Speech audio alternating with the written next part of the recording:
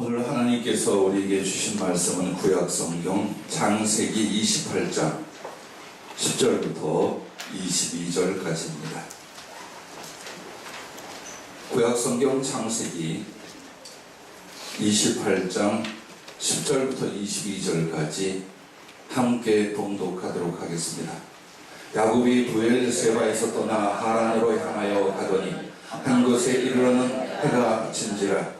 거기서 유숙하려고 그곳에 한 돌을 가져다가 베개로 삼고 거기 누워 자더니 꿈에 본즉 사닥다리가 땅 위에 서 있는데 그 꼭대기가 하늘에 닿았고 또 본즉 하나님의 사자들이 그 위에서 오르락내리락 하고 또 본즉 여호와께서 그 위에 서서 이르시되 나는 여호와니 너의 조부 아브라함의 하나님이요 이삭의 하나님이라. 네가 누워있는 땅을 내가 너와 내 자손에게 주리니 네 자손이 땅에 티끌같이 되어 네가 서쪽과 동쪽과 북쪽과 남쪽으로 퍼져나갈지며 땅의 모든 족속이 너와 내 자손으로 말미암아 복을 받으리라.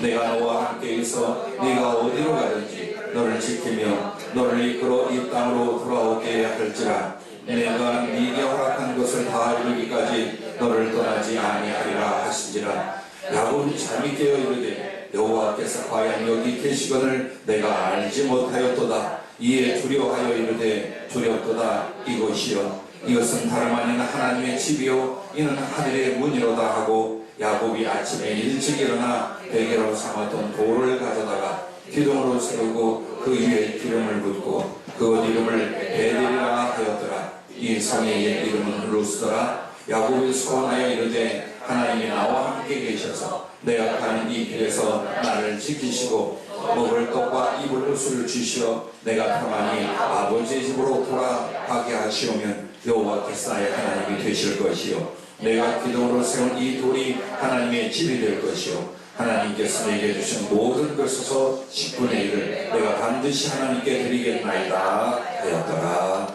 아멘.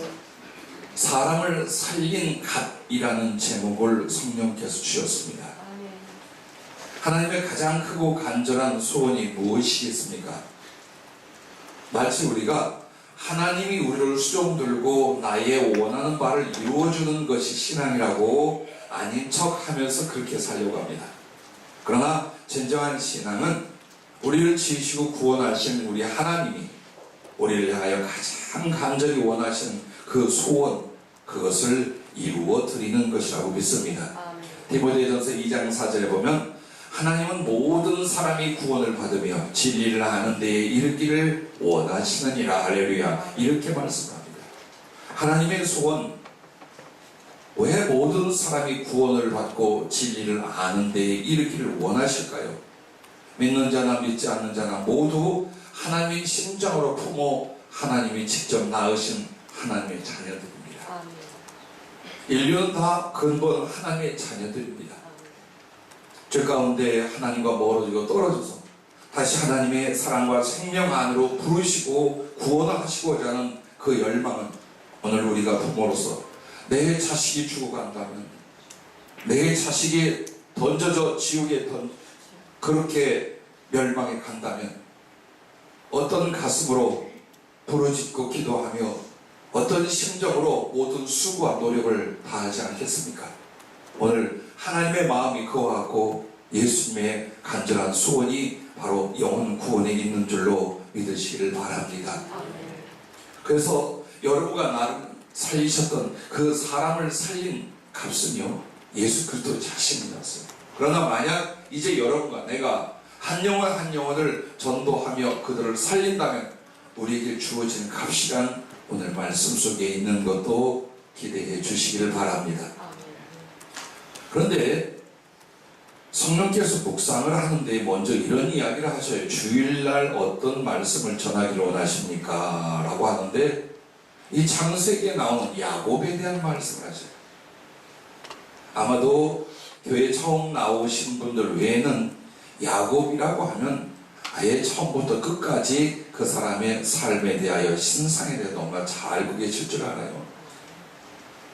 근데 이 야곱의 이야기가 왜 하나님께서 자기 집에서 쫓겨나고 도망치던 야곱을 만나주시고 그를 하란에 있는 삼촌 집에 가서 20년 동안 가정을 이루고 그리고 많은 재산을 이루고 하나님의 약속과 보호하심 가운데 자기 고향 그리고 하나님과 선했던 베델로 돌아오겠느냐, 이 이야기가 무엇을 의미하겠느냐라고 물으시는 거예요. 한 사람의 삶을 하나님이 지켰고 부욕케 하셨고 자녀를 10줄이나 얻을 수 있게 해주셨다, 이걸 말하려고 하느냐? 그렇다면 그 이야기는 여러분하고 별로 상관이 없겠죠.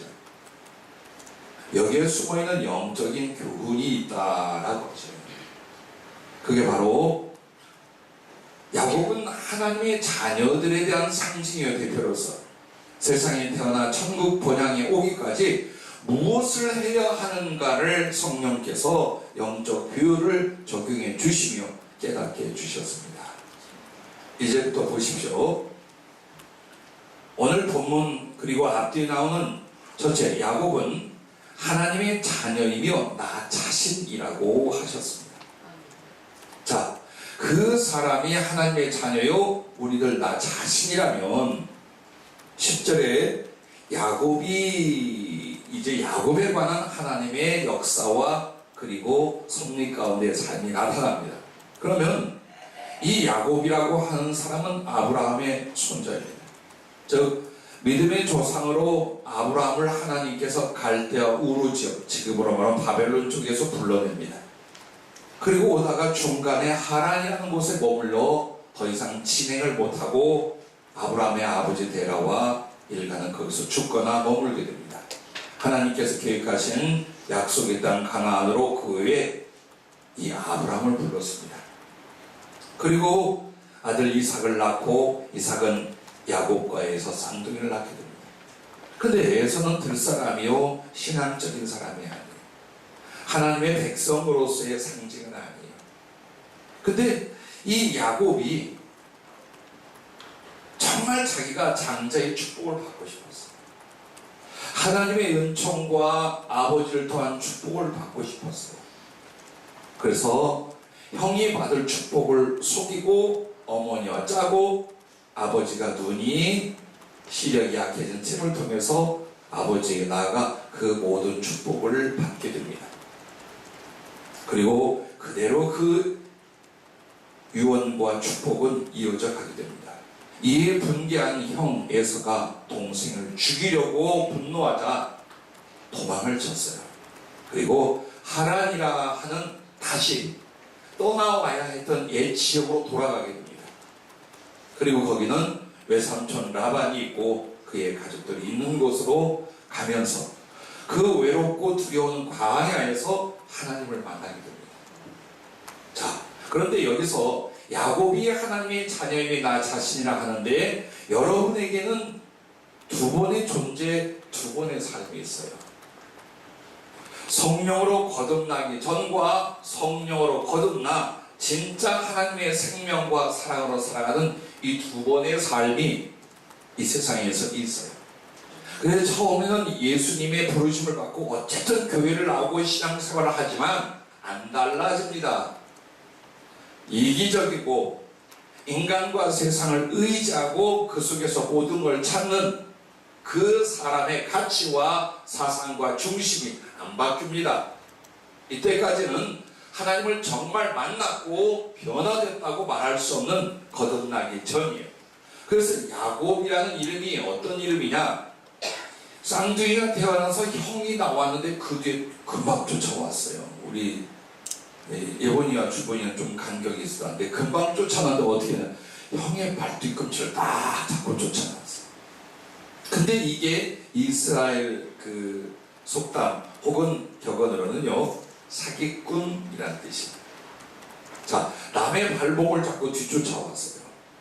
그 모습 때문에 야곱이라고 했는데 실제로 이 야곱이라는 이름은 거듭나기 전 이기적이고 그리고 같이 사람 두려워하고 의지하고 세상에 매달려 그렇게 살아가는 야곱의 모습을 보여주며 우리들의 거듭나기 전의 모습을 말하고 있는 거예요. 그래서 이 야곱을 보면은 심지어 그 가족들이 우상을 섬기고 우상물을 가지고 있는 것도 다 제거하지 않아요. 어떻게든지 살아남으려고 하고 어떻게든지 해를 보지 않으려고 어떻게든지 잘 살아. 이 이야기 누구 이야기예요? 오늘까지 산 우리들 모습 같지 않나요?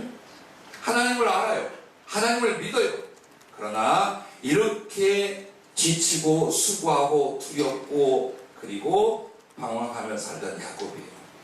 근데 그가 정말 하나님을 만난 건 광야에서뿐만 아니라 그의 인생의 수고를 접고 다시 하나님의 명령으로 돌아올 때, 집으로 베델을 향하여 돌아올 때에 하나님을 그가 만나게 돼요.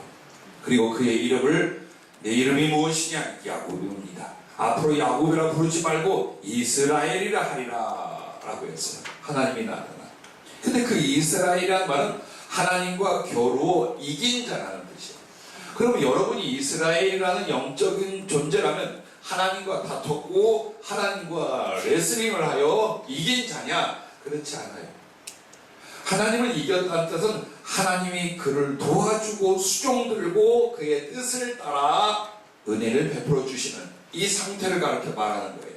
그러면 하나님과 겨루어 이긴 것처럼 하나님이 수종들어 주시고 하나님이 구원해 주시고 하나님이 사랑과 깃발을 해주시는 그 성도, 그 하나님의 자녀는 누구냐? 하나님을 대하여 믿음으로 하나님께 속하고 순종으로 주님을 소유한 거듭난 사람들을 말합니다. 내가 하나님을 사랑하는데 믿음으로 그분에게 속해 있어. 언제나.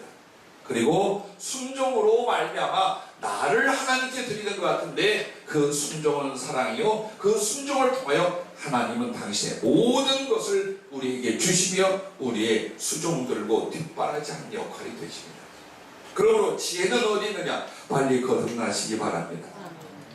그렇게 수고하고 노력하고 애쓰고 고통받고 청춘과 영혼과 인생과 때로는 어떻게 얻은 은혜의 신앙인데 그것마저 세상과 삶에 다 쏟아부으면서 여러분은 어디로 가고 무엇을 하고 계십니까?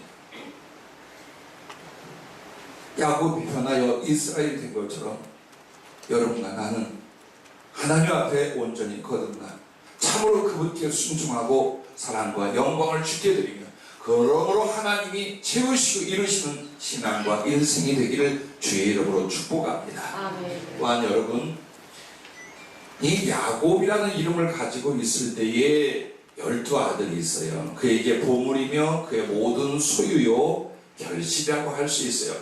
그런데 사실 그때는 아들도 육신적 아들들이에요. 지극히 세상적이고 싸우고 죽이고 시기하고 범죄하고 이럽니다. 그러나 이 야곱이 변하여 거듭난 이스라엘은 이름으로 점점 하나님 앞에 섰을 때 그에게 있던 12아들은 육적 아들이 아니라 영적 하나님을 경외하는 그 백성으로서 견고히 있었어요. 그래서 그게 애굽에 들어가 즈음 그리고 애굽에 들어갔을 때에 그의 자녀들은 정말 하나님의 자녀요 영적으로 주를 섬기고 하나님을 쓸 수 있는 사람들로 변화됩니다. 자, 여러분과 나에게도 육적 아들들이 있고 영적 아들들이 있어요. 육적 아들들은 그냥 인생을 살며 사랑을 쫓아 난 자식들이라면 영적 아들들이라는 건 여러분이 복음을 전하고 그 하나님의 진리와 성령으로 다시 태어나게 만들어 양육한 사람이 있다면 그들이 바로 여러분의 영적 자녀들이랍니다. 자, 그럼 두 번째로 이 야곱을 통하여 주님이 우리에게 교훈하고자 하는 뜻이 뭐냐면 이제 어쨌든 형을 속이고 아버지를 속이고 축복을 받고 장자권을 넘겨보다가 원한을 사고 도망을 가게 됐어요. 근데 도망을 가는데 어디로 가느냐? 나온 곳으로 가는 거예요. 하나님은 그 지역에서 나와야 된다. 하나님의 약속한 땅을 향하여 불러내셨어요. 조상 때부터. 근데 다시 그리로 돌아가게 됩니다. 바로 그 지역이 하란이라고 하는데 이 하란으로 가는 야곱은 세상에 사는 나 여러분이라고 하셨어요. 하나님의 자녀이지만 우리가 어디서 살고 있어요? 천국 삶이 아니라 죄 많고 그리고 육신적이고 이 세상의 풍속과 유행으로밖에 살아갈 수 없는 육신의 정욕과 안목의 정욕과 인생의 자랑밖에 가질 것이 없는 이 세상에서 살아가되 하나님의 자녀는 무엇을 위해 살아야 되느냐, 그걸 여기에서 말씀을 하고 있어요. 그래서 하란이라는 곳은 바벨론 지역의 갈대아 우르예요. 그러면 거기에서 조금 올라와서 메소포타미아 북부 지역인데, 즉 바벨론 지역에서 약간 북부 지역으로 올라오는데 고대 시대부터 상업과 무역이 엄청 발달한 지역이에요. 그러므로 사람들이 이주에 가거나 여행을 하다가 이곳에서 살기 좋고 돈 벌기 좋아, 그래 거기에 머물게 되는데 바로 아브라함과 데라가 그렇게 거기에 머물었던 곳이에요. 그러나 그 지역은요, 그만큼 상업과 무역이 발달한 만큼 죄악이 관영하고 우상 숭배가 극심했습니다. 후에 아수르의 수도이기도 했었답니다. 그런데 여기에 머물고 있는 아브라함과 그의 일가를 하나님이 가나안 땅으로 불렀어요. 그럼 이 가나안 땅으로부터 그 지역을 소아시아 지역이라 연결을 하고 있습니다. 그래서 이쪽으로 와야 되는데 다시 그리로 내려갔어요. 그럼 하나님이 아브라함과 그 가족을 불러낸 곳은 뭘까요? 세상에서 천국을 향하여 갈 수 있도록 불러내는 과정을 가르쳐 말하는 거예요. 근데 하필이면 그 하나님 지역으로 다시 갔다라는 것, 이제 천국에 가기 전 우리가 세상에 살아가는 성도들의 모습, 바로 그걸 가르쳐 말씀하는 것이라 라고 하셨습니다. 자, 그러면 여러분과 내가 이제 이 말씀 속에서 세 번째로 넘어갑니다. 그렇게 해서 그 하란이라는 곳으로 가는 중에 광야에서 외로움과 두려움 속에 밤을 맞고 야곱은 잠이 들었어요. 오늘 본문 읽은 곳이 그곳이에요. 근데 거기에서 10절부터 보십시오. 야곱이 브엘사베를 떠나 하란으로 향하여 가더니 한 곳에 이르러는 해가 진지라 거기서 유숙하려고 그곳에 한 돌을 가져다가 베개로 삼고 거기 두어 자더니 꿈에 본즉 사닥다리가, 이건 사다리가 아니라 하늘을 향하여 떠있는 계단을 가르쳐 말하는 겁니다. 계단을 땅에 서 있는데 그 꼭대기가 하늘에 닿았고, 또 본즉 하나님의 사자들이 그 위에 오르락내리락하고, 또 본즉 여호와께서 그 위에 서서 이르시더라. 즉 그는 꿈에 무엇을 봅니까? 보좌에 계신 하나님과 그 사닥다리는요, 실제로 하나님 나라에 갔을 때에 하나님의 본체가 계신 보좌가 있어요. 하늘에서 가장 거룩하고 높은 곳인데, 근데 그 보좌 전체가 뭘로 되어 있느냐? 사면이 계단으로 되어 있어요. 그래서 여기서 본 건 그냥 사닥다리가 아니라 보좌에 계신 하나님, 신이 그 하나님을 보았고, 그 보좌의 사닥다리가 땅에서 하늘까지 이어졌다는 건 하나님의 섭리와 구원이 땅에서 하늘로 이어지는 바로 이 모습을 가르쳐 말씀을 하고 있는 거예요. 그러면 광야에서 하나님을 만난 이 야곱은 오늘 우리에게 구원과 사명을 주시는 하나님, 이걸 말하는 거예요. 한마디로 이 세상에 살면서 어느 순간 하나님이 여러분을 만나주십니다. 내가 하나님의 자녀인지도 모르고 하나님의 사랑을 얻고 천국에 가야 될 사람도 모른 채로 살다가 어느 날 우리는 말씀을 듣고 성령을 받고 믿음을 가지며 하나님께서 내게 때로는 극적으로 때로는 깊은 사랑으로 절대로 거부하고 변질될 수 없는 내 마음의 믿음으로 하나님을 만나게 된 줄 믿습니다. 할렐루야. 아니면 여러분은 소망이 없는 사람이에요. 자, 그래서 어떤 모습과 어떤 체험이든지 간에 하나님은 그 사람을 만나 주신데, 그 사람을 하나님이 만나고 그 사람과 함께하는, 이게 뭡니까? 이게 구원입니다. 그래서 구원은 천국에 들어감으로써의 구원이 아니라 이 땅에서 하나님을 만났으니까, 그리고 그 하나님의 사랑과 은총 속에 동행하시니까 이게 구원의 상태인 줄로 믿으시길 바랍니다. 그래서 막연한 신앙을 갖고 있었지만 정말 하나님을 야곱은 그 하란이라 하는 쪽으로 가는 광야에서 만나게 됩니다. 하나님을 배웠고, 그리고 그의 지극한 은혜와 사랑과 보호를 이제 동행하며 있게 됩니다. 그런데 여러분 보십시오. 우리의 신앙생활은 우리가 예수 믿고 천국 가게 하신다라고만 딱 끊으려고 그래요. 여기에서부터 신앙은 변화도 성장도, 그리고 하나님 앞에 마땅히 살아갈 이유도 얻지를 못해요.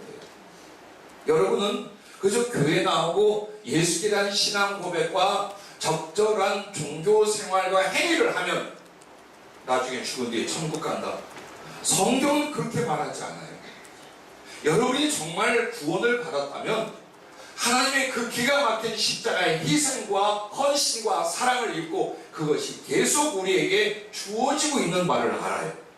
그래서 그 은혜를 감사하고 감사는 바로 하나님을 향한 사랑이 되고 사랑은 당신과 그날을 위한 충성이 되게 되어 있어요. 그래서 구원은 사명으로 임하게 되는 것입니다. 오늘 여러분이 하나님과 그 나라를 위하여 나는 이런 삶을 살고 이것을 위하여 산다라는 분명한 목적과 목표의 사명이 없다면 여러분 지금 유리하고 방황하는 인생으로 인생을 낭비하고 계십니다. 분명히 하셔야 돼요. 우리에게 있어 인생은 단 한 번이요. 그리고 너무나 빨리 지나가는 것이 여러분의 나이, 여러분의 시간입니다. 그런데 어느 날 하나님께 갈증이 나 잘못 신앙생활했구나. 나 인생을 잘못 살았구나. 소용없습니다. 그때 가서 아무런 소용없습니다. 오늘 진리가 우리를 가르치시는 바로 그 믿음과 구원이 무엇이며 그 구원 속에 일어난 우리의 삶이 무엇인가 그것을 바로 보실 수 있기를 바랍니다. 그러면 사명은 어떻게 주어지는지요? 13절 하반절부터 15절까지 이 야곱에게 하나님이 만나고 은총을 주신 뒤에 사명을 주십니다. 근데 뭐라고 하냐? 13절부터 보면요. 또 본적 여호와께서 그 위에 서서 이르시되 나는 여호와니 너의 조부 아브라함의 하나님이요 이삭의 하나님이라. 네가 누워있는 땅을 내가 너와 네 자손에게 주니 14절 같이요. 네 자손이 땅에 티끌같이 되어 네가 서쪽과 동쪽과 북쪽과 남쪽으로 퍼져나갈지며 땅의 모든 족속이 너와 네 자손으로 말미암아 복을 받으리라. 아멘. 지금 야곱에게는 단 하나의 자식도 없어요. 한두 명의 가족도 전혀 없어요. 외로운 노총각 신세. 그리고 장래는 살지 죽을지 몰라요. 그런데 하나님께서 이 하란으로 가고 그 하란에서 살다가 돌아오는 과정에 뭘 하시겠다고 말하는데요? 네 자녀를 통해. 네 자녀들을 통해서 많은 후손이 생기게 만들 것이다. 왜요? 왜 그렇게 해야 됩니까? 그럼 이 말은 이렇게 생각할 수 있어요. 우리의 사는 이유가 결혼해서 자식 낳는 거예요. 그래서 저희 어머니도 9을 낳으셨나 봐요. 저희 어머니 친구 옆집한테 12를 낳으셨습니다. 내가 어머니가 그 친구를 어려서 이랬어요. 두 분은 장사이십니다. 어떻게 9을 낳고 12를 낳고 사람이 살아? 자, 무조건 씨를 퍼뜨리고 사람을 낳으라는 게 아니겠지요. 우리 인생이 그게 아니겠지요.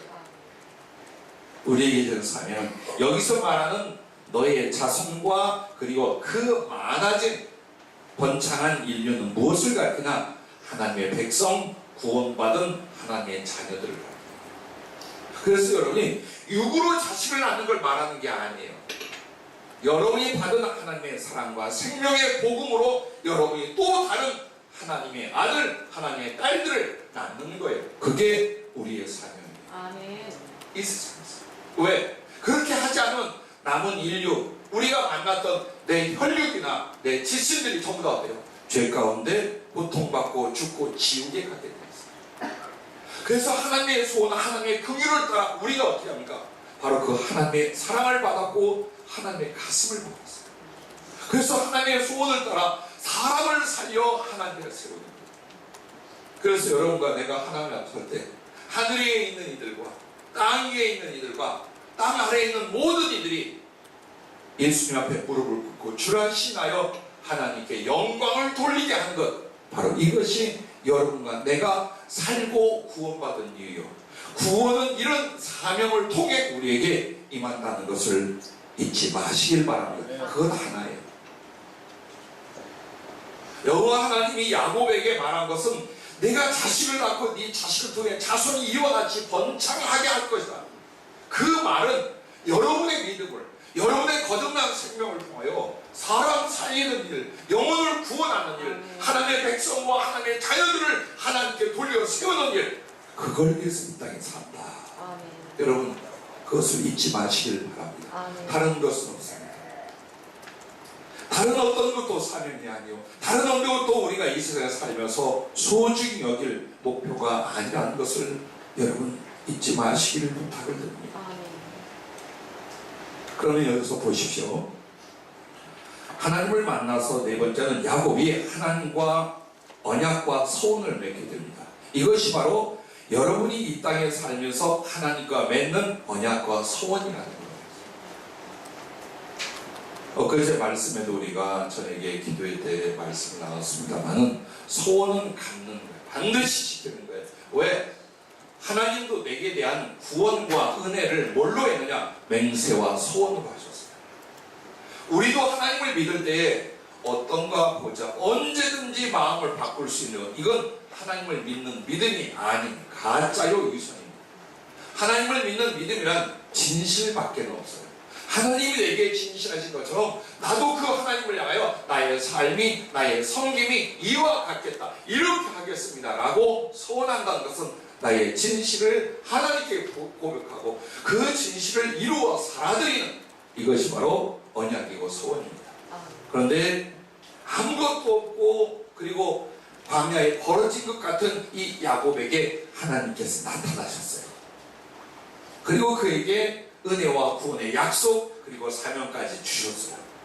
자, 하나님이 자기와 함께 계신 것을, 그리고 자기가 있는 바로 이 광야 돌멩이를 베고 누웠던 이곳이 바로 하나님의 전이요, 하나님이 함께 계신 곳이라는 것을 깨달아요. 그리고 그 하나님께 이제 간청을 합니다. 그리고 그 간청을 하고 소원을 하는데 이게 뭐냐? 내가 영혼들을 구원하고 복음을 전파하고 하나님 나라에 갈 때까지 나에게 필요한 것을 주시옵소서 하는 내용이에요. 그래서 여러분은 하나님께 무엇을 약속하고 언약하느냐? 나는 주님께 받은 이 사랑과 생명을 전하고 나누어 다른 사람들을 구원하고 지옥에서 살려 하나님의 영광과 사랑이 되게 하겠습니다 하는 것. 대신 나는 그런 삶을 살기 위하여 야곱은 세 가지를 구해요. 그 첫째가 뭐냐? 나를 지켜주시옵소서.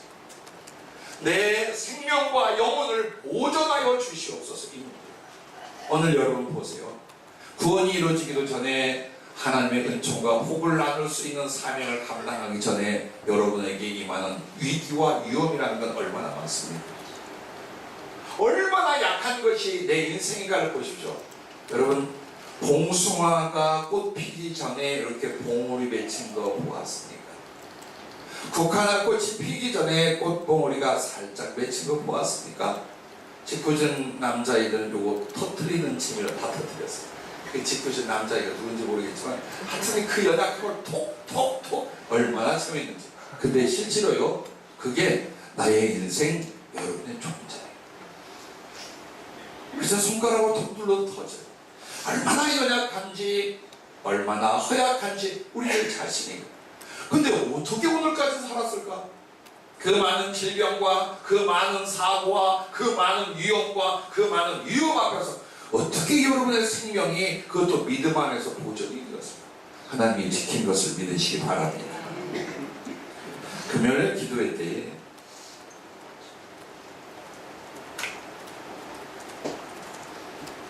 우리 신한식 집사님 두 딸이 미국에 가 있고 한 딸은 여기 있는데 갑자기 영적 청험할 때 천사들이 보여요. 근데 그 천사들이 공중에 떠 날갯짓을 하고 다 아이들을 따라다녀요. 그게 무슨 뜻입니까? 그랬더니 그렇게 분주히, 그렇게 열심히 쉬지 않고 보호와 돌봄을 하고 있다는 게 땅에 서 있는 게 아니라 공중에 던 날갯짓하며 아이들을 따라다니는 지경입니다. 하나님 반면으로 하나님께서 천사들을 통해 무엇을 하더라라는 성경의 말씀들은 곧 하나님이 그 자리에 있다는 것이요. 하나님이 여러분을 보호하고 하나님께서 여러분을 지키고 계시다는 뜻인 줄로 믿으시길 바랍니다. 그래서 그런 위기와 위험 앞에서 야곱이 소원한 게 뭡니까? 내가 자식을 낳고 엄청난 자손을 이룰 건데 하나님, 내가 아버지 집에 돌아올 때까지 나를 지켜주시고 보호하여 주옵소서. 이거예요. 여러분도 이것이 하나님께 간구요 여러분의 소원이 되어야 될 줄로 믿습니다. 자, 또 한 가지는 뭐냐? 먹을 것과 입을 것을 주사. 할렐루야. 근데요, 요것만 구해. 하나님 앞에 왜 사는지도 모르고 하나님을 위하여 내가 뭘 해야 되는지 아는데 요건 구해. 먹을 것과 입을 것을 주시고. 이게 뭘 말합니까? 육신으로 살아갈 수 있는 삶의 모든 필요를 하나님이 주시기를 하나님께 소원하고 기도하는 내용들이에요. 거기에 으뜸이 물질이죠. 제가 농담을 자주 한다. 근데 그 농담 중에 하나가 뭐냐? 주를 섬기는 모든 일의 결론은 돈이더라. 농담 같지만 뼈가 있죠? 물질이 없어 섬기지를 못하고, 물질이 없어 사랑하지를 못하고, 물질이 없어 복음을 전하지 못하는 경우도 많아요, 솔직히. 그래, 물질이 필요해. 또한 가족과 나의 어느 정도 안위와 행복을 위한 삶에도 언제나 물질은 필요한 거예요. 그래야 하나님 앞에 우리가 삶의 필요를 달라고 할 때에 그걸 싹 돌려 뭐라고 하냐? 물질을 주시옵소서. 근데 그냥 달라고 하니까 괜히 미안해. 그래서 이렇게 말합니다. 주를 위해 일하게 싸우니 물질을 주시옵소서. 복음을 전하고 선교를 하고 구제를 할 테니 내 사업을 주관해 주시옵소서. 이 기도가 잘못됐다는 게 아니에요. 왜 그걸 구하는가에 목적이 있어요. 영혼을 구원하기 위해서. 영혼을 구원하기 위해서. 그게 하나님의 소원이요. 인류가 지속되는 인류의 역사의 목표가 뭡니까? 다 구원할 자를 구원하시는 하나님의 사랑의 섭리라. 그러므로 그 일부분을 사는 나도 하나님의 사랑의 목적과 섭리를 통하여 나 역시 어때요? 영혼을 구원하는 그 하나님의 생명과 사랑을 나누고자 합니다. 그러기 위하여 주님 내게 물질이며 삶에 필요한 것들을 주시옵소서. 그것은 내가 먹고 쓰고 모으는 것이 아니라 주의 일을 감당하는 달란트가 되겠나이다. 할렐루야. 그걸 영적인 것도 물질적인 것도 육신적인 것도 삶의 필요도 하나님께 그 소원을 통하여 구하고 간구할 수 있기를 바랍니다. 그래서 하나님이 어떻게 하시느냐? 야곱이 20년 동안 이제 그 하란 외삼촌 집에 가서 거기서 살아요. 근데 어떻게 사느냐? 종살이를 해요. 삼촌 지독합니다. 사실 우리가 세상에서 뭐 합니까? 종살이 합니다. 여러분이 주인이고 스스로가 내 인생의 주권자라고 생각하지만 여러분 보세요. 어려서부터 노예살이 종살이 하고 있는 거예요. 뭐에 대해서? 세상과 세상의 필요에 대해서. 언제 내 마음대로 살아봤어요? 언제 내가 만난 진리의 자유를 가지고 살아봤어요? 아니, 항상 염려하고 욕심내고 미련 두고, 그래서 이 세상의 노예가 되고 돈의 종이 되어 살아갔던 우리들 아닙니까? 그걸 보여주는 거예요. 그런데 이 외삼촌이요, 머리가 좋은 사람, 참 부자가 된 이유가 있는 사람이에요. 자기 이 조카 야곱이 와서는 자기 딸 라헬을 좋아하는 걸 알았어요. 그래서 분명히 월급을 사례를 줘야 되는데 뭐라고 하느냐? 내 딸을 줄 테니까 7년 동안 봉사해라.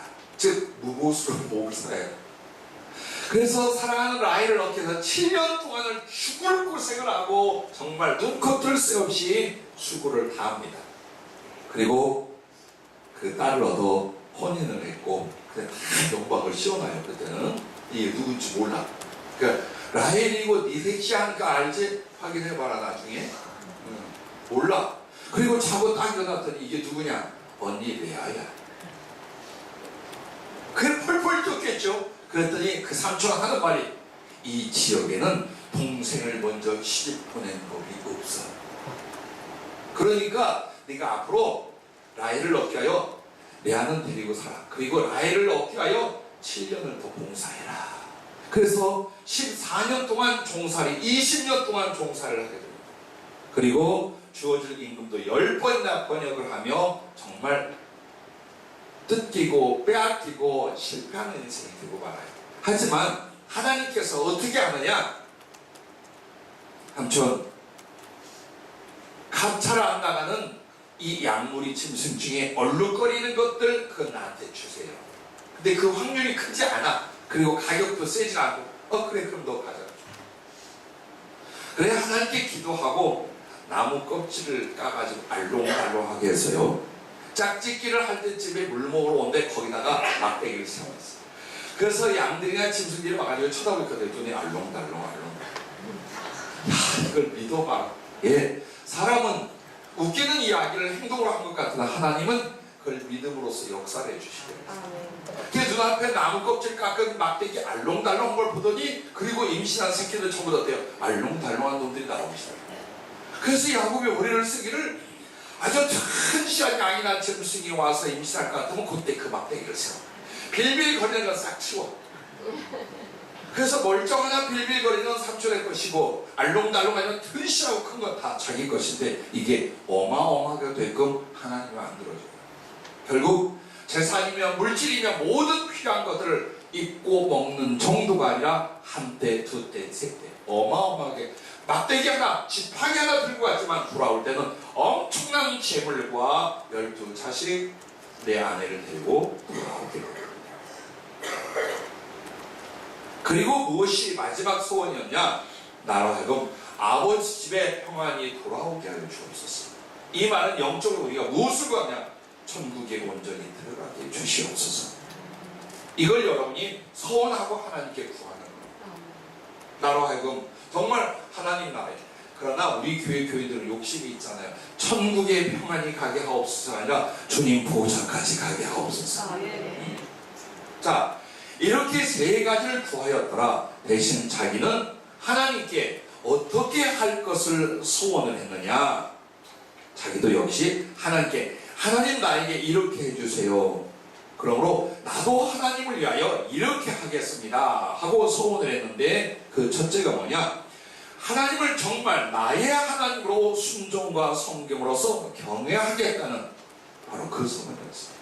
그럼 너무나 당연. 아니요. 여러분 다시 한번 돌아보세요. 여러분이 정말 하나님을 진실로 섬기고 제1로 섬기고 있는지, 아니면 하나님을 내 우편이나 좌편에다 낮춰 놓았는지를 보세요. 야곱도 자기가 하나님 믿는 사람인 줄 알았어요. 그런데 항상 자기의 이기적인 욕망이나 욕심이나 생각으로 움직였지 진실로 하나님을 받들고 섬긴 적이 없었던 거예요. 그래서 그 하나님을 만나 자기의 그 위기와 하나님이 도와주지만 안 될 그 상황 앞에서 맹세하고 선한 첫 번째, 내가 정신 똑바로 차리고 하나님 제대로 믿겠습니다, 이 말을 한 거예요. 형식적이고 유선적인 이 껍데기의 신앙을 완전히 부수고 정말 예수님을 사랑하고 주를 가장 높이 섬기며 나의 일생을 드리겠습니다, 이걸 소원한 거예요. 이게 필요해요, 여러분에게. 이게 필요해요. 하나님 나의 인생에 뭘 주세요, 뭘 주세요. 다 있어요. 나도 있고 여러분도 있어요. 그러나 그럼 여러분은 어떻게 하겠습니까? 내가 사랑하는 그 무엇보다도, 내가 같이 여기는 그 무엇보다도 나의 하나님, 나의 예수님을 가장 사랑하고 순종하고 존귀히 높이겠습니다. 그게 여러분 안에 결단이 섰고 그렇게 들어갔느냐 이거예요. 그걸 하나님 앞에 여러분이 소원하고 세워 나아갈 수 있기를 바랍니다. 두 번째는 교회를 세우고 지켜갈 것을 바랍니다. 자기가 베개 삼았던 그 돌기둥을 세우고 기름을 부었어요. 그리고 뭐라고 하냐? 이곳이 하나님의 집이 될 것입니다. 그럼 이 말은 뭐냐? 구약 성경의 말라기서 전체 하나님의 지분이요, 교회를 갖게 말합니다. 오늘 지역교회인 우리 교회가 강사장 내 것이 아니에요. 누구의 것이 아니에요. 하나님의 집. 그래서 하나님과 그 권속들이 그 안에서 은혜와 생명을 나누는 하나님의 집을 세우겠다. 이 말은 뭡니까? 교회를 세우겠습니다. 나는 여러분이 최소한 나의 인생 단 한 번이라도 하나님 앞에 필요한 곳에 하나님이 원하는 교회를 세울 수 있게 주시옵소서. 이 멋진 꿈과 소원을 가질 수 있기를 바래요. 하나님이 내게 뭘 해주면 내가 이걸로 좀 뭘 해보게, 그게 아니라 주님, 나와 내 자식들 혹은 내 인생에, 우리나라에 혹은 북한에 혹은 중국에 혹은 정말 성령으로 복음이 전해질 바로 그 교회, 그 사랑과 선교를 감당할 수 있는 그 교회를 건물뿐만이 아니라 영적으로 그리고 인적으로 세울 수 있게 주시옵소서. 바로 이 거룩한 비전과 소원이 여러분에게 일어날 수 있기를 바랍니다. 그리고 나머지는 11조, 모든 것에 11조를 드리겠습니다 라는 소원을 합니다. 그래서 하나님의 자녀들이 11조를 하나님께 드리는 것이 여기서부터 유래가 되었어요. 자, 야곱이 11조를 어떻게 드렸는지 모르겠어요. 그의 모든 것이 하나님의 것이라고 말해요. 그런데 정말 그 야곱의 일생에 가장 소중한 11조가 무엇으로 나타나냐? 12아들 중에 가장 사랑했던 요셉을 하나님의 뜻을 위하여 바쳐지게 만듭니다. 그 바람에 요셉은 버림받고 죽을 지경에 가지만 결국 자기 가족과 또 하나님의 백성들을 구원하고 영도하는 아주 중요한 애굽의 총리, 애굽의 실권자가 됩니다. 그래서 그 야곱이 하나님께 드린 11조 중에 가장 필요했던 게 뭡니까? 하나님이 넉넉히 기쁘게 받으셨던 게 바로 그 아들 중에 11조 요셉을 드린 일이에요. 오늘 여러분은 여러분의 물질의 11조를 드리는 건 너무나 당연하고, 여러분의 사랑하는 것, 여러분의 가장 아끼는 것 어떻게 하나님께 드리겠습니까? 그 11조는 이 모든 것을 하나님이 주셨다는 신앙 고백이며 이 모든 것으로 하나님께 영광을 돌리겠다는 그의 주님을 향한 사랑의 고백이 11조예요. 그것은 물질에서부터 내 사랑하는 자녀와 나의 삶의 존재까지 하나님께 드려도 마땅한 줄로 믿습니다. 자, 이렇게 함으로 말미암아 정말 하나님을 섬기고 하나님을 위하여 사는 삶에 대한 내용을 세 가지로 구성하여 하나님께 서원을 했어요. 그리고 하나님은 그대로 지켰어요. 철저하게 모든 위험에서 그를 지켜주고 필요한 물질이며 삶의 넉넉한 부자가 되어 고향으로 돌아오게, 안전히 돌아오게. 그래서 그 원한을 품고 나를 죽이려고 했던 형 에서마저도 마음이 변하여 돌아온 동생을 눈물로 끌어안고 환대하게 됩니다. 자, 이렇게 하는데 하나님께서 하신 이유가 뭡니까? 다른 것이 아니에요. 다섯 번째 교훈으로 여러분이 보아야 할 것, 12아들에 대한. 그가 아버지 집 베델로 돌아올 때에 그에게서 하나님이 원했던 것, 그의 인생사 30년 동안에 그 하나님, 그 세상, 그 광야에서 하나님이 그에게 요구하고 하나님이 그에게 기대했던 것은 12아들을 데리고 오는 거였어요. 바로 그 12아들이 누굽니까? 나중에 70여 가족이 되고 그들이 애굽에 들어가 나올 때는 장정, 군대만 60만 명이다. 그럼 이 사람들이 뭐야? 그 12명이 여러분이 전도한 사람이요, 여러분이 구원하고 양육한 사람들이에요. 그리고 그들이 또 나아가 복음을 전하며 내가 받은 사랑으로 다른 사람들을 살면서 죽으면서 지옥에서 건져내니 그들이 70여인이요. 그리고 또 그들을 통하여 많은 사람들을 복음 전하고 그들이 하나님을 위하여 사는 사람을 세우니 그들이 60만 대군이었던 거예요. 여러분과 나는 이걸 위해 살고 있다는 걸 잊지 마시길 바랍니다. 10월 11월 달에 오는 총전도 주일, 이건 교회의 한 행사가 아니에요. 주님이 나타나셔 제게 그래요. 전도, 이것은 너희를 향한 천분의 명령이요 만분의 부탁이니라. 그렇게 얼마나 가슴치고 울었는지 몰라요. 주님 그러시더라고요. 그 행사가 그냥 있는 걸 줄 알아요. 그 전도 행사는 내가 너에게 1000번을 명령하고 10,000번을 부탁하여 세워지는 거예요. 얼마나 영혼 구원을 애타하시고 원하시는, 어떤 것으로 하나님이 여러분과 나를 살렸던 우리를 통해 사람 살리기를 원하시는, 그렇게 나타나고 그렇게 말씀하고 그리고 여러분의 인생의 모든 필요한 것을 그 이유 때문에 다 공급하겠다. 물질, 자녀, 행복, 치유, 영생 왜 주신다는 거예요? 사람을 살려, 영혼을 구원하라는 거예요. 휠체어를 타고 못합니까? 죄송합니다. 우리 환우 여러분 할 수 있어요. 여러분은 바쁜 시간 그 속에 그 직장에서 그 삶의 터전에서 못합니까? 학교에서는 못합니까? 어디 가들 못합니까? 다시 한번 예수님의 심장, 하나님의 그 소원이 여러분 안에 불일 듯 일어날 수 있기를 바랍니다. 아멘. 우리에게 주신 유일한 사명, 구원으로 말미암아 이 거룩한 사명, 영적 자녀를 낳아 죽게 드리고 바로 이 거룩한 사랑과 충성을 위해 주님 모든 복과 달란트를 주시는 줄로 믿으시길 바랍니다. 그래서 베델로 돌아오게 만들어요. 그럼 이 베델로 돌아오다는 건 뭡니까? 하나님 나라에 들어가는 여러분이에요. 12자녀를 이끌고 내 본향으로 돌아와. 그리고 그 고향으로 돌아가는 그 입구에 뭘 세웁니까? 베델이라는 곳을. 하나님의 집. 여러분은 어디로 가요? 광야에서 끝나지 않아요. 이 세상이 다가 아니에요. 하나님과 그 나라에 갈 거예요. 잠시라도 잊지 마세요. 아니면 스스로를 속이게 됩니다. 이 땅의 필요, 이 땅의 아쉬움, 이 땅의 그 유혹. 마치 그렇게 말하면서 이 땅의 꼴로 하나님을 뭘 이렇게 말합니다. 아니요. 결론은 여러분 사명이 뭡니까? 구원의 여정 동안 하나님께 사랑과 충성입니다. 사람 살리는 일. 사람을 사랑하는 일이요. 그리고 그들의 심장을 안고 예수님 나라에 가는 거예요. 주님께서 여러분의 사랑과 충성을 무엇으로 받겠어요? 얼마나 사람을 사랑했고 영혼을 구원했는지, 또 그들을 하나님의 사랑으로 어떻게 세우게 하여 자기를 허비하고 수고했는지, 여러분 이거 하나뿐. 그래서 이 베델은 하나님의 나라와 또한 하나님이 계신 보좌를 그렇게 말합니다. 여러분이 요한계시록에 하나님 보좌 가장 가까이 주변에 24장로의 보좌가 있다라는 이야기를 통해 하나님 나라의 셋째 하늘이 무엇인가를 배웠어요.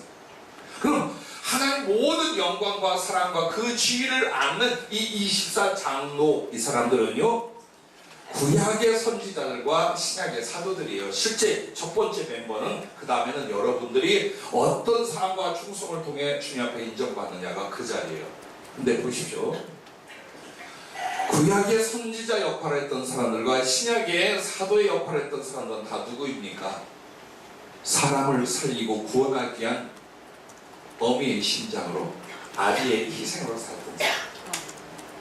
마치 야곱이 12아들을 낳았던 그들은 그들의 모든 걸 다하여 사람을 살리고 영혼들을 구원한 사람들이에요.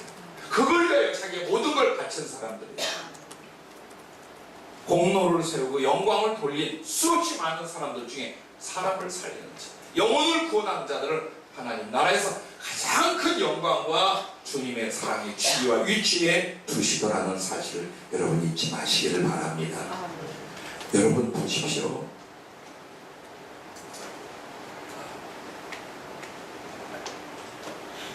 금요일 날 기도회 때 우리 교회에 주님이 하시고 싶은 말씀을 듣고자 했습니다. 근데 주님이 이런 말씀을 해주셔서 함께 나눴죠. 금요일 날 안 오신 분들 모르겠지도. 네가 나에게 전심으로 기도하면 한 배를 받을 것이다. 그러나 네가 사랑으로 영혼을 구원하여 함께 데리고 오면 너에게는 3배, 그에게 내가 1배를 줄 것이다. 자, 이 말이 뭡니까? 영적 그리고 삶의 부여는 어디서 오느냐? 네 몸 하나가 왔을 때 너의 필요한 것만 준다 이 말이에요. 네가 기도를 하든 네가 어떻게 하나님께 매달리든 너 필요한 것만 주게. 그게 1배를 주겠다는 거예요. 그러나 다른 사람을 우리가 전도하고 영혼을 구원하여 죽게 데려왔다는 3배를 주겠다는 것. 왜? 더 큰 걸 맡겨주는 거예요. 더 많은 영혼을 사랑하고 더 많은 사람을 도우라고 더 많은 사람을 구원할 수 있도록 그에게 영적으로 물질적으로 필요한 걸 어때요? 3배나 주시겠다는 거예요. 그리고 내가 데려온 그 사람에게도 그의 영혼과 삶에 필요한 걸 하나님이 채워주시겠다는 거예요. 우린 이걸 잃어버린 거예요. 그래서 그냥 무조건 주님의 일을 하겠다. 그래서 내가 하나님께 받고 하나님의 일을 하겠다. 아니에요. 여러분 그게 아니에요. 지금 사람을 살리세요. 지금 복음을 전하세요. 지금 영혼을 인도하여 그들의 진리와 성령으로 다시 날 수 있는 기회를 나누게 하여 헌신하세요. 그러면서 여러분의 목적이 그것이고 목표가 그것이에요. 주여 나의 소원을 들어주옵소서. 그 3가지를 내게 이루어 주옵소서. 야곱이 하나님께 간청했던 그 3가지를 내게 이루어 주옵소서. 나도 주님 앞에 12아들을 데리고 가겠다. 하나님의 구원받은 백성 12명을 데리고 갈 테니 주여 평생에 내 영혼과 삶을 지켜주시고 우리가 이 땅에 사는 동안 주를 위해 살고 복음을 위해 살 때 필요한 물질이며 필요한 모든 걸 달란트를 부어주시옵소서. 그리고 언제든지 주님께 평안히 가시고 사랑과 충성을 마친 뒤에 평안히 주님 곁에 가되 주님 나라에 가서 예수님 손을 잡을 수 있는 그 위치, 그 하나님을 끌어안고 살 수 있는 그 위치에 나를 불러주시옵소서. 그것이 여러분과 우리 교회의 소원이 될 수 있기를 바랍니다.